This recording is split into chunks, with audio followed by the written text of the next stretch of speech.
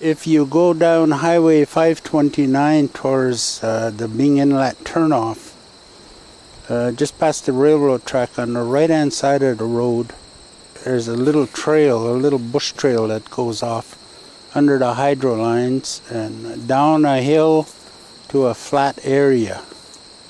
If you look around that flat area at the certain times of the year, you'll find the outlines of a log house. That's where I was when I was born. That was my home in that area. I come here to hunt, I come here to think, and I mean sometimes I just come for a ride. Me and Angela will just jump on the four-wheelers and we'll come for a ride over here. We'll go for a walk. We'll go for a walk around the old settlement over there and have a look at everything and think about what it would be like to live here back then. And I mean myself, I wish I was born back then, because I wish, like, I like to work hard, and I just wanted to go through all everything that my ancestors had to go through. If there was a time machine or something like that, I would go back in time. Our traditional gathering spots here was Manitoulin Island. And if you look at all the First Nations, where they're located on the water systems. We were living just everyday normal lives here. And as usual, people were coming here in the spring and in the fall to do their fishing, drying their fish, and taking it home to wherever they lived. This was sort of like a central place for that, because they could come from south and they could come from the north. So when Robinson came through here, he met all those people, and he came through in the summer months. So the group that he met here on this reserve, they were here for their summer months, and they came out of West Bay and Manitoulin Island. The reserve is actually two sections. West Bay is also a part of our reserve. And one of the things you'll notice if you look at the Robinson-Huron Treaty is Chigang or West Bay is not a signer to it, because they were part of Magnetawan at that time. So we traveled back and forth between here and West Bay. If you would have went to Miners Lake, land-wise, you would have went through a hard maple forest, which was our maple sugar gathering area. Okay? That's up at the end of Miners Lake. And if you go to the next little river north of here, you go up the Still River, you'll come to NOGANOSH Lake. That was our hunting area. I spoke to the membership clerk up there, and he said, how come people on my list are on your membership list? And I said, I was going to ask you the same question. There's a lot of, I guess you could call it recent history, like that. Because when all these names were being given out, it was 1850s and on. It wasn't back then. I'm sure our people back in the day, they called it something completely different. Noganosh is not really a name. Our real name is Magnetawan. That comes from Manitoulin Island. That's where we came from, Manitoulin Island. Magnetawan means 10 leaves. That's a heart plant. And that's the only place you could get it was over here. And people from Quamacong used to come here and pick it. And then the logging happened. Well, with all this activity in the water, the fish weren't coming up as good, you know. And also, everybody was working for the logging company. The village was down below the bridge there, where it says on the map there. It was on the west side of it, I guess. And there was about maybe 7 or 8 houses there. There's the old cemetery is up here. You gotta walk through the bush a ways, but it's really thick in there too. It's hard to get in there. And before the old band office burnt, we had a map sort of like of who all those people were. And they all pretty well originated from about the time of 1900. And this reserve had a whole lot of different people here living, like from Cape Croker, Christian Island, Wiki. It was because of the lumber mill that was down in Big Inlet, so they all worked there. They worked up in the bush, you know, cutting trees down and stuff. I was born here on this reserve. There was no highway here then, just a railroad. And the passenger train used to go by in the morning and in the afternoon. But you couldn't get a doctor here or anything. So my grandparents were the ones that delivered me here. The train provided food for the families that were living on the side. And somebody said that they would throw flour and staples, macaroni from the train, and that's how they managed. They had a school here. It was built somewhere in 1950. I attended that for a couple of years, I guess, around 2 years maybe. You can still see where the house was, eh? The ground, eh? We never had no foundation them days. Just on the ground, or some on the rock, eh? We said, hey, you can see that, where our little house was. I guess it was pretty small, but them days, geez, I thought it was a good size, eh? A pretty big house. Not today, where it was small. Like I said, there was no highway here. There was just little trails from house to house and up to the railroad. They had a railroad station up here, and it was time of peaceful, I guess. Really peaceful. There was no big parties or anything like that. You know, just people just enjoyed each other and they helped each other. And then the thing closed, the law mill closed, and everybody moved. Yeah, because there was no more work around here. Eh? They used to have the mill down here, and on the Big Inlet side, and on the Brit side, the other side of the river, they had the coal docks, and they had a basket factory there, so there was a lot of like employment. So they all shut down there in the early 1900s, and everybody just left. Like a lot of our people went down to Buffalo, and Sault Ste. Marie were the two locations that a lot of them went to. And some moved to Shawanaga like we did. We didn't move right out of the area. Some went to Toronto. There was not too many people left here. I think there was some Coopers, a few Noganoshes, and some Mesavis. So actually it was deserted. There was nothing there anymore. We used to come here to pick blueberries the odd time. We would stay at the old school where the village was. See, the village wasn't here. It was across the railroad track.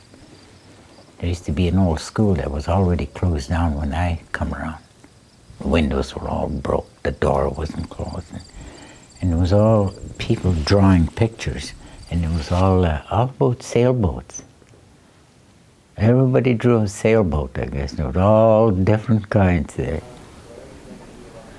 And here, you know, when we first came here, there wasn't really anybody here. There was three old people living here.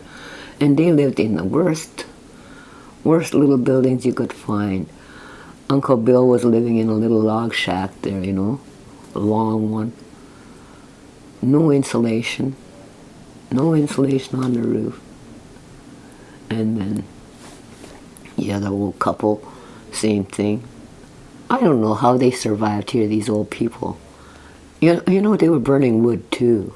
How did they get the wood together to keep warm? So then that's when we decided we're going to do something. We're going to move up here. I think that whole planning or that thinking started about 67, 68. When it really matured into moving here was when we heard that Indian Affairs was wanting to sell the reserve for something or other for $10,000, and I said, no way. I said, that's our kid's place, you know. I said, we better do something. Working a lot with WILMER and Veronica, because we were actually probably the first families here, and they worked so hard to have the band recognized and to have a chief and council. And this would have been early 70s. First, we educated ourselves by going down south and learning from the chiefs down there, because they've been working at it for a long time, so they know the ins and outs of that whole thing. We didn't. This was just like babies just stepping onto the ground. We didn't know a thing about this, but we had the determination and the idea that we could make it work. We had a little election. I got in as chief. So that's where this community is now. I guess you could say I was one of the founders of this community.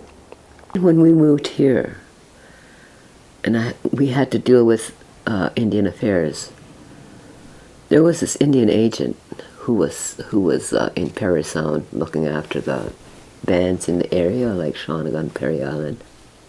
Even at that time, this man dares come to the reserve here and says, well, we want to use this land here where you say you're going to settle, and we should make a marina here.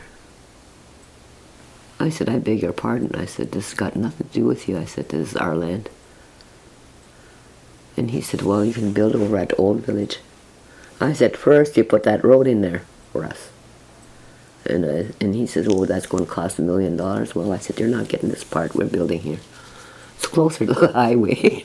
We're going to build way over there in the bush, and have to battle with the snow and everything all winter. So we built here. We built here over their heads. I just didn't agree with them telling us where to build, where to live. It wasn't their business. It was our land. The first 2 houses we built were for the elders. Charlie Noganosh and his wife Agnes, a couple of their kids. That's all there was here. And the next house we built was my brother's. He was the administrator, because we didn't have no office. There was no place to have an office, so we used one of his rooms there for an office. That's how we got started. Then I built mine after that, the fourth year.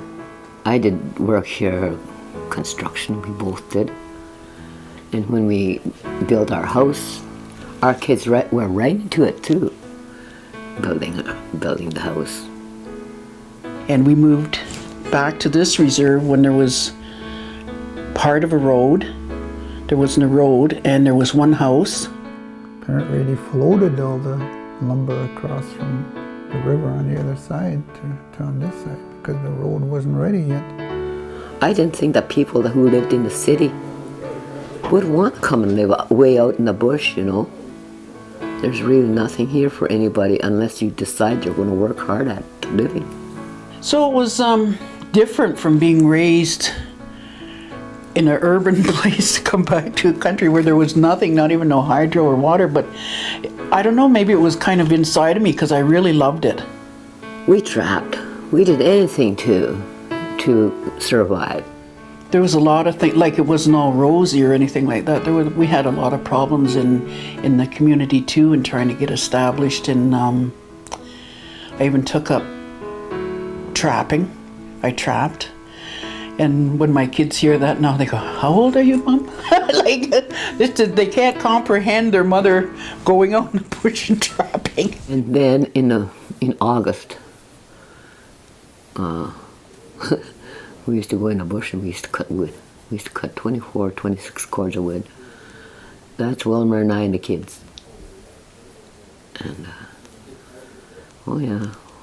We worked hard, we did, but we had a good time doing it. Nobody was yelling at somebody or anything like that.